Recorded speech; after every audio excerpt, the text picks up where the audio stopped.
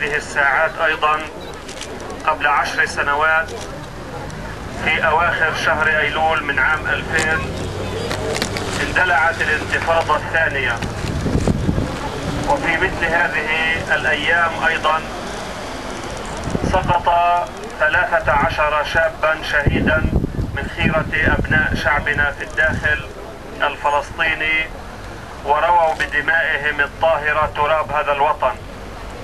وفي هذا المكان وفي محيط هذا المكان تحديدا سقط 2 من هؤلاء الشباب، هما الشابان أسيل عاصلي وعلاء نصار. لم تكن هذه الانتفاضة لتنشب وتندلع لولا الصلف الإسرائيلي في التمادي في التعدي على مقدساتنا وأوقافنا وأرضنا وهويتنا وثوابتنا.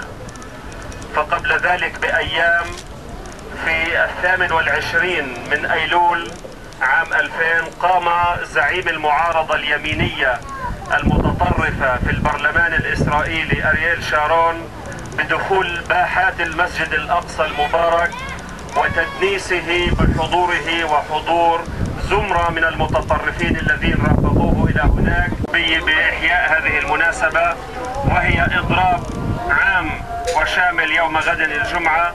وأدعو الجميع إلى المشاركة في المسيرة المحلية التي ستنطلق بعد صلاة الجمعة مباشرة من أمام المجلس المحلي.